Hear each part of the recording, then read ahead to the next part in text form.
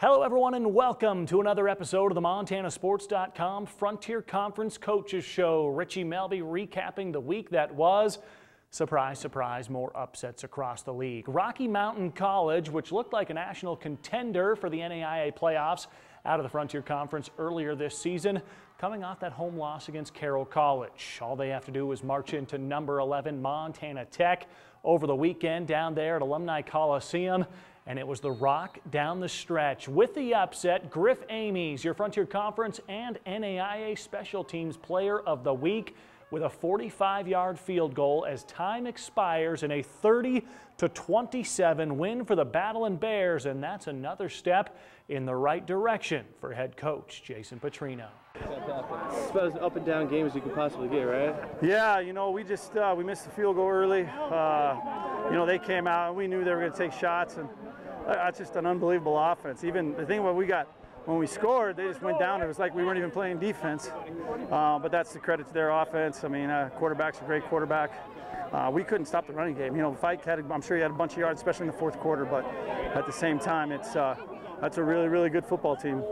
You mentioned their offense. How about the resiliency of your offense to keep coming back and scoring? Yeah, you know, we just felt we wanted to run the ball. Honestly, I think the things that have hurt us, like against Carroll, we didn't run the ball very well. We went back and watched Tech. First time we played them, you know, a lot of our stuff in that second half when we were able to make a run is we were really just running the ball, and then we hit a couple of big plays. But yeah, so like I said, I don't know what the numbers are, but we really just wanted to run the ball and control the line of scrimmage, and then try to create as many matchup issues as we could. You know, we like some of our personnel out on the edge, and they were able to capitalize on some things and get some first downs and move the ball. You were set on. Go ahead.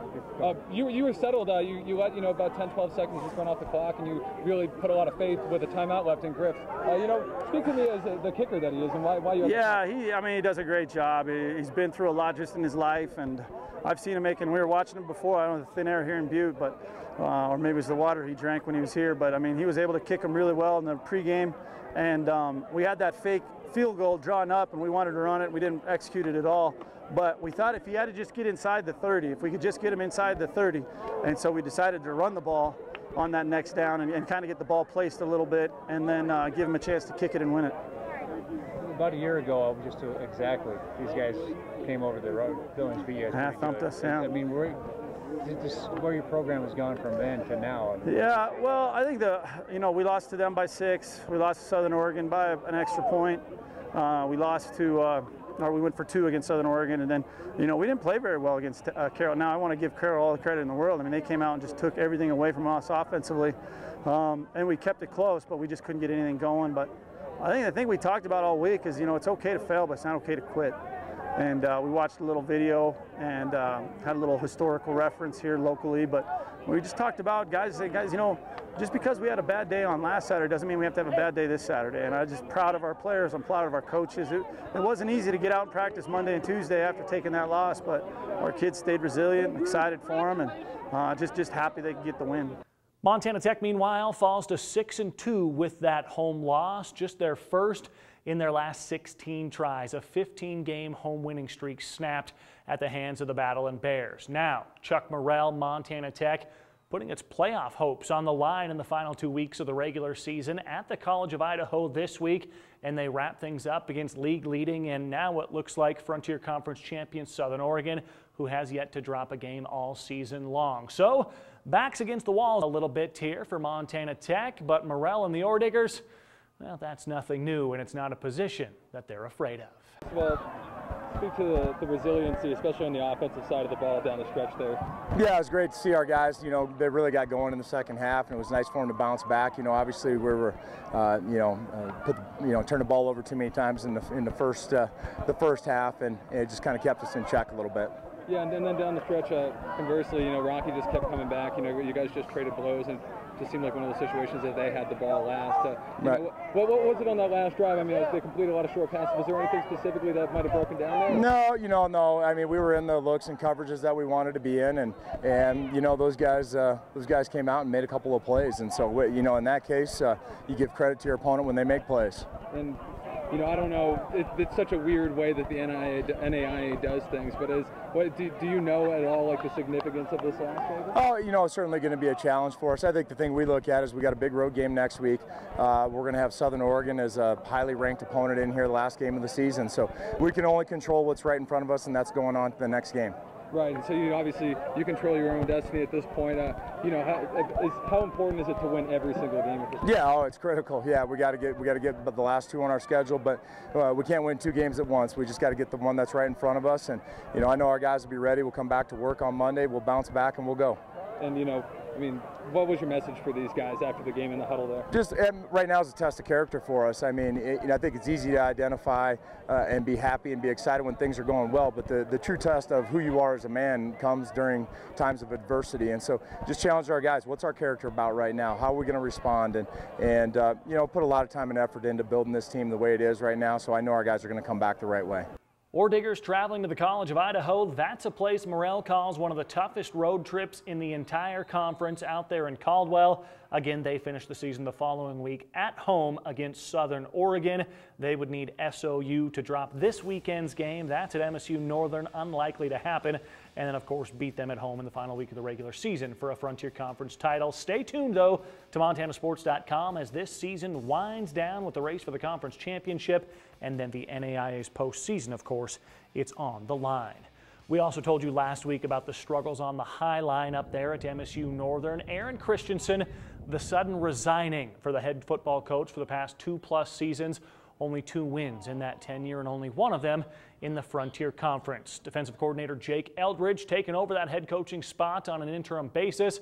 Same thing he did years ago when Mark Sampson left MSU Northern, now at Great Falls High. But the Lights giving up those 93 points the week before, that was at Montana Tech. That's what led to the resignment, and that's, of course, where the struggles have been, and it didn't get any easier over the weekend as Carroll College cruised into Blue Pony Stadium. That was on Saturday afternoon as well. 59-7.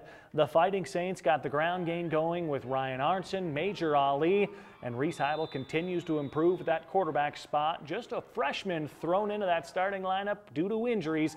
Mike Van Diest, though, liking what he sees with 2 wins in a row. Well, the great thing about these last 2 weeks is winning on the road. That's been kind of our nemesis the last 3 years. And what are we doing different? And I thought our guys had a great purpose in terms of how they woke up on Saturday, how we came off the Rocky win. They were all business during the week. And with all the distractions that MSU was going through, we didn't let it affect our performance. The ground game, Major Ali, the offensive line. Nice to see a game like that from those guys up front. Well, they've done it a couple times. You know, we've controlled the football at times. When we beat Rocky the week before, you can see the ground game in the 3rd and 4th quarter getting yards. Now, what Nick talked about the offense is that, you know, we're having 7, 8, 9 play drives, but we weren't cashing in on them. Last Saturday we had those. We had the drives where we got the ball down inside the red zone. We threw a couple touchdowns. Major had a great game. Then you saw Ryan Arnson in the second half kind of turn it loose. So I think Nick and the offensive coaches were very happy with the consistency of our offense.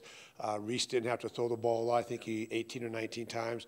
But it was very efficient because of what we were doing as a game plan. And I just liked the way our offensive line responded. When was the last time you saw rushing yard numbers like that at Carroll College? Well, the last time we played Northern, we had over 300 yards rushing, but it hasn't been maybe one game in the last 2 or 3 years. So the consistency more, it seems like the last few weeks have been there. The offensive line, I think they're very confident running behind Chris Empter. Todd Pays, our right guard, a first-time starter this year. As a senior, he's been starting all 8 games. He's done a great job in coming on. You can see the emotion he has. And those guys just get more confidence. And the way Major runs, I mean, who wouldn't want to block for that young guy? Absolutely. What about Reese? You mentioned efficiency, thrown into the fire a few weeks back, and here he is with the game plan that Nick created, just very efficient with the football, a couple of good touchdown passes again. Yeah, I think he's thrown the ball very well. He's making the good throws. We're not asking him to throw deep. We're not asking him to throw, 30, 40 times a game. As long as the run game's going well, that takes the pressure off of him. And again, our offensive line, we gave up a couple sacks, but one of them, it was more of a coverage sack. Reese had to scramble around a little bit and it got sacked late. But I think he's done a great job in making good throws. The best thing about him, the last 2 weeks, he hasn't turned the ball over. What about your defense? That's the side you like to focus on. The positives you've taken away from these last 2 wins. Well, since the second half of the Southern Oregon game, I think we've kind of settled down. We've contested plays in the secondary. We're doing a little bit better job in terms of the run game and not giving up the cracks. Guys are getting off of blocks, they're staying in their gaps. The secondary's coming up, certainly McBride and, Tucker Johnson. Those guys have been mainstays all year. But I really like how our defensive line's playing. David Peterson, Capital High, had a great game, a couple sacks, a tackle for losses, and that really sets the tempo too. But overall, I think we're going to be tested this week against Western. Their quarterback has had an outstanding year. The receivers are probably as good as receivers as a core, other than maybe Montana Tech. So those are the two the groups that we've had to contest with in the past of Tech. Now we're going to see a heck of a passing offense and a great running game from Western. Yeah, and how do you counter those with what you guys will be working on this week? Well, again, we've got to stop the running game. I think that's been something that we've worked very hard on the last 6 or 7 games. It's been pretty good for us, but we've got to do a better job of open field tackling. And then we've got to do a better job, too, on the outside and the perimeter when they're going to throw to Sherwood, who's a 6'4" wide receiver, the Simpkins kid, and there's a couple other guys that are great receivers that get open. And their quarterback has had an outstanding year, coming off. He was a second-string quarterback at the end of spring football, and he stepped up, and he was NEI Player of the Week one time. So offensively, we got our hands full trying to contain them. But the key again is if our offense can control the football, move the chains, and eat up yardage, and hopefully we can play field position. Last 2 games on the road. Wrapping things up at home here, the final home game, of course, on Saturday. You have to take care of business in the finale there. Well, it is. We haven't had much success this year at home, and it's been a tough season for us. And it's senior day, which is very emotional, but we can't just play to that part of it. We got to have a great week of practice, and I think our guys will stay focused. They know what's at stake. We've had a couple good wins, but we want to continue the success that we've had, and we know Western at one point in time was nationally ranked, so that's a big challenge for our guys, and we take this very serious. And then finally, moving forward, again, things that you take away from these games, what you want to see as we get ready for the season finale after that?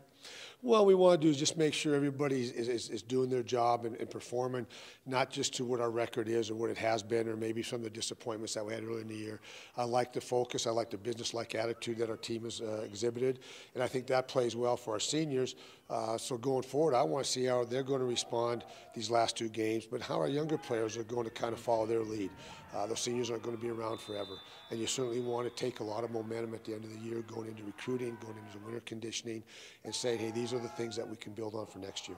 2 dubs and counting for the Fighting Saints as they head into Saturday's home finale against Montana Western. Remember, MontanaSports.com app, the quickest way for you to get all the Frontier Conference action. It's delivered right to your smartphone or tablet.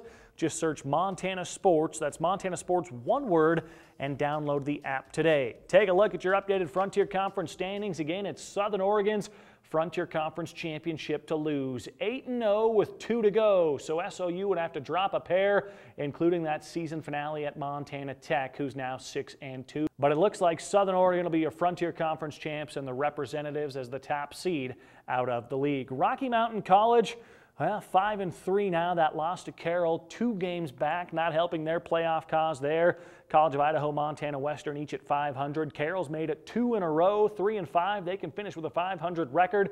Remember, they finished 4-6 the past 2 seasons. And then there's Eastern Oregon and MSU Northern rounding things out. As you take a look at the games this weekend, once again, Havre the home for MSU Northern against Southern Oregon. SOU trying to remain unbeaten. Lights just trying to get anything going, offense, defense. Montana Tech at the College of Idaho. That'll be a big one for the playoff picture for Montana Tech and the Ore Diggers. Rocky Mountain College hosting Eastern Oregon, and Western's at Carroll. It's the final home game of the season for the Fighting Saints of Coach Mike Van Diest. And we're starting to wind things down in the Frontier Conference's fall athletics schedule. The conference volleyball tournament, that'll be next week. Carroll College playing host to the final couple days of that. And basketball season now in full swing as well. Some huge games. You've got Montana Tech. They're taking on Larry Krastowiak and the Utah Utes. Carson Cunningham, his Carroll College Fighting Saints, returning to a place that made him famous out in Purdue, taking on that game. And speaking of Cunningham, how about this? Fallen stars, 5 American athletes who died in military service. You know Pat Tillman's story, the former Arizona State and NFL defensive back. Carson Cunningham noting 4 others in this book right now. Make sure and check it out. It's called Fallen Stars, Dr. Carson James Cunningham of Carroll College. That'll wrap up another episode of the MontanaSports.com Frontier Conference Coaches Show. Richie Melby, MTN Sports.